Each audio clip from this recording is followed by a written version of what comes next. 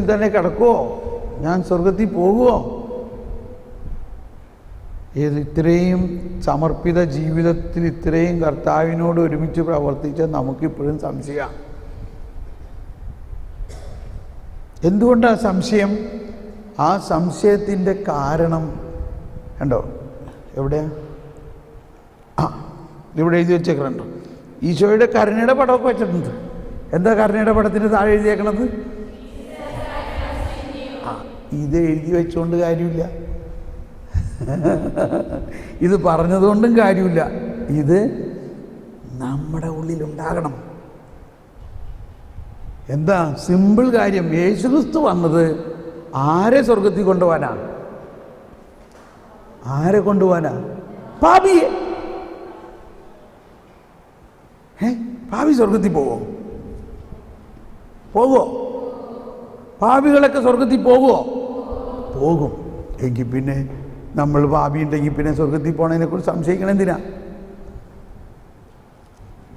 അതാണ് ട്രസ്റ്റ് എന്ന് പറയുന്നത്. ഈ നല്ല കള്ളൻ സ്വർഗത്തിൽ പോയി. അവനേക്കാളും വലിയ കള്ളനാണോ നിങ്ങൾ?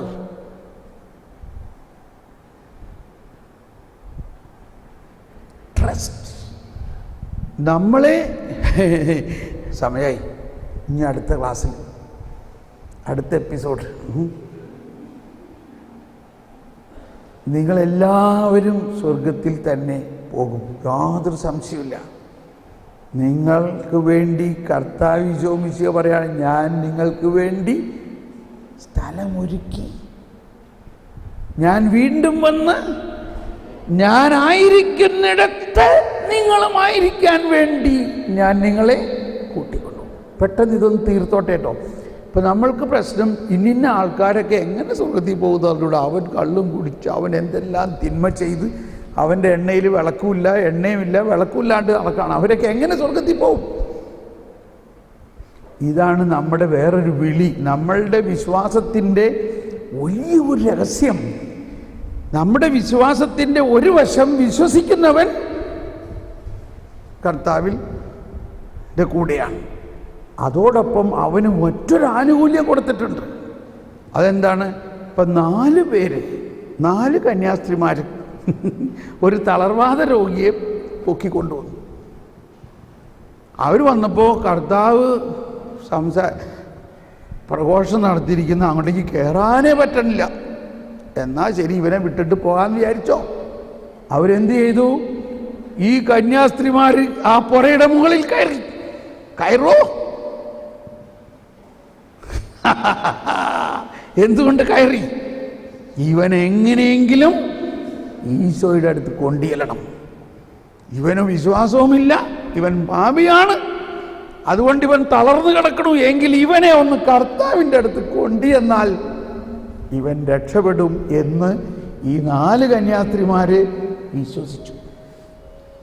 അതാണ് നമ്മുടെ ഓരോ കോൺവെൻറ്റിൽ 3-4 പേരെ വെച്ചേക്കണത്. നമ്മുടെ ഓരോ കോൺവെൻറ്റിൽ 3-4 കന്യാസ്ത്രീമാർ. ഇവരുടെ പണി എന്താ? ഇനി ഓരോരുത്തരെയും ചുമന്നുകൊണ്ട് പുറമുകളിൽ കയറി കൂര പൊളിക്കണം ആ ഭവനത്തിൻ്റെ. അതൊക്കെ ഭയങ്കര അർത്ഥമാണ്.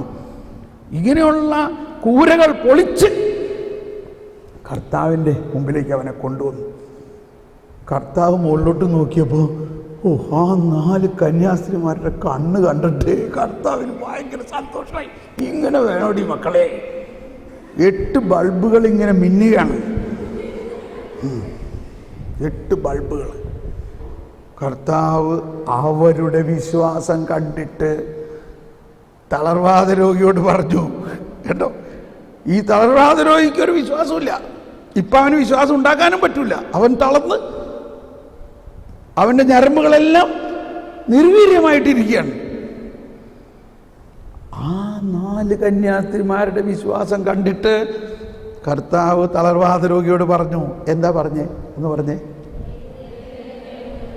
നിന്റെ പാപം ക്ഷമിച്ചിരിക്കുന്നു, നീ കട്ടിലെടുത്ത്, ഇതൊക്കെ പറഞ്ഞില്ലേ? ഒരു വാക്കുകൂടി അവിടെ പറഞ്ഞിട്ടുണ്ട്. സമയം കഴിഞ്ഞു. അറിയാമെങ്കിൽ നേരത്തെ പറഞ്ഞേനെ. ആരെങ്കിലും പറഞ്ഞോ? അതൊന്നും പറഞ്ഞില്ല. ഒരു വാക്ക്, ഒറ്റ വാക്ക്. കണ്ടോ, പോയി, മാർക്ക് പോയി. എന്താ പറഞ്ഞെന്നറിയാമോ? മകനേ. പറഞ്ഞാരെങ്കിലും അത്? അവിടെ ആരെങ്കിലും പറഞ്ഞത് കേട്ടായിരുന്നോ? മകനേ. എന്താ ഈശോ പറഞ്ഞത്? മകനേ. എന്തോ ഒരു വലിയ കാര്യമാണ് ഈ പറഞ്ഞത്. മകനേ.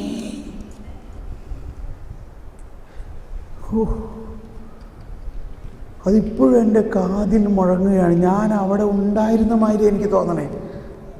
മകനേ, നിന്റെ പാപം ക്ഷമിച്ചിരിക്കുന്നു. കട്ടിലും എടുത്ത് നടക്കുക. അവൻ എന്ത് ചെയ്തിട്ടാണ് ഇത് കിട്ടിയത്? അവൻ ഒന്നും ചെയ്തില്ല. അവൻ മഹാപാപിയാണെങ്കിലും ഈ 4 പേരുടെ വിശ്വാസത്തിലൂടെ മഹാപാപികളായ മറ്റുള്ളവരെ രക്ഷിക്കാനുള്ള ഒരു ശക്തി കൂടി നമ്മുടെ വിശ്വാസത്തിലുണ്ട്. അതാണ് നമ്മൾ കൊന്ത ചെല്ലുമ്പോഴെല്ലാം പ്രാർത്ഥിക്കണം. എന്താ കൊന്ത ചെല്ലുമ്പോൾ ആ ഫാത്തിമ പ്രയർ എന്താ പറയണത്? ഓ എൻ്റെ ഈശോയെ, ഞങ്ങളുടെ പാപങ്ങൾ ക്ഷമിക്കണമേ, എല്ലാ ആത്മാക്കളെയും വിശിഷ്യ അങ്ങേ സഹായം ഏറ്റവും കൂടുതൽ ആവശ്യമുള്ളവരെയും സ്വർഗത്തിലേക്ക് ആനയിക്കണമേ. കണ്ടോ, എല്ലാ ആത്മാക്കളെയും. എല്ലാ ആത്മാക്കളും എന്ന് പറഞ്ഞാൽ ആരാ? എല്ലാ ആത്മാക്കളും സ്വർഗത്തിൽ പോകുമോ? കണ്ടോ, 10 പേരെ പറയാനുള്ളൂ ഉത്തരം. ഞാൻ ഉദ്ദേശിച്ചു നിങ്ങൾ എല്ലാവരും ഉച്ചത്തിൽ പറയുന്നു.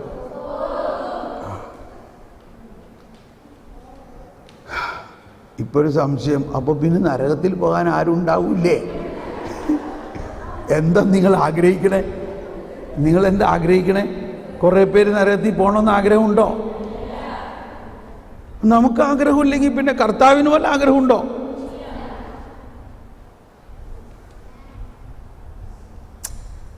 നമ്മൾ പ്രാർത്ഥിക്കണം എന്താണ്? ഓ എൻ്റെ ഈശോയെ, ഞങ്ങളുടെ പാപങ്ങൾ ക്ഷമിക്കണമേ, നരകത്തിൽ നിന്ന് ഞങ്ങളെ രക്ഷിക്കണേ. ആരെ? എല്ലാ ആത്മാക്കളെയും വിശിഷ്യ അങ്ങയുടെ സഹായം ഏറ്റവും കൂടുതൽ ആവശ്യമുള്ള ഈ മഹാപാപികളെ, അവർക്കല്ലേ ആവശ്യം.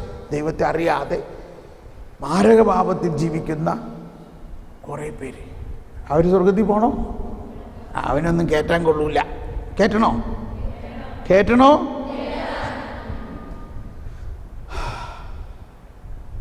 അപ്പം അവരൊക്കെ സ്വർഗത്തിൽ പോകുമോ? അവരൊക്കെ സ്വർഗത്തിൽ പോകുന്നവരാണ്. പിന്നെ ഞങ്ങൾ ഇത്രയും വലിയ പ്രാർത്ഥിച്ച് ഇത്രയും വലിയ ഭക്തിയിലൊക്കെ ഇരിക്കണം, നമ്മളും അവരുമായിട്ട് എന്ത് വ്യത്യാസം? ഇല്ലേ, നമ്മൾ രാവിലെ എഴുന്നേറ്റ് പ്രാർത്ഥിക്കണു, യാമപ്രാർത്ഥന ചെല്ലണു, ആ പ്രാർത്ഥന ചെല്ലണു, ഉപചാരിക്കണു, ഇങ്ങനെയൊക്കെ വിചാരിച്ചിരിക്കണം. നമ്മളും ഇതൊന്നും ചെയ്യാത്ത ഇവന്മാരും. എന്തുകൊണ്ടാണ് അവർ സ്വർഗത്തിൽ പോകുന്നത്? നമ്മുടെ ഈ വിശ്വാസത്തിലൂടെയുള്ള അനുഷ്ഠാനങ്ങളിലൂടെ ഒഴുകുന്ന കൃപാവരം അവർക്ക് കോട്ടയാകും, അവരെ സ്വർഗത്തിലേക്ക് കൊണ്ടുചെല്ലും. Praise the Lord. ഓക്കെ, നമുക്കിവിടെ നിർത്താം. നമ്മൾ ഇപ്പോൾ ഇടവേളയാണ്. ഇടവേളയിൽ 10 മിനിറ്റ് ഞാൻ എടുത്തു. നമ്മളിപ്പോൾ 5 മണിക്ക് തിരിച്ചു വരുന്നു. അതിനിടയ്ക്ക് നിങ്ങൾ ചായ കുടിക്കാം, എല്ലാം ചെയ്യാം, പ്രത്യേകിച്ചൊന്ന് കുളിക്കുകയും കൂടി ചെയ്യാം. ഓക്കെ.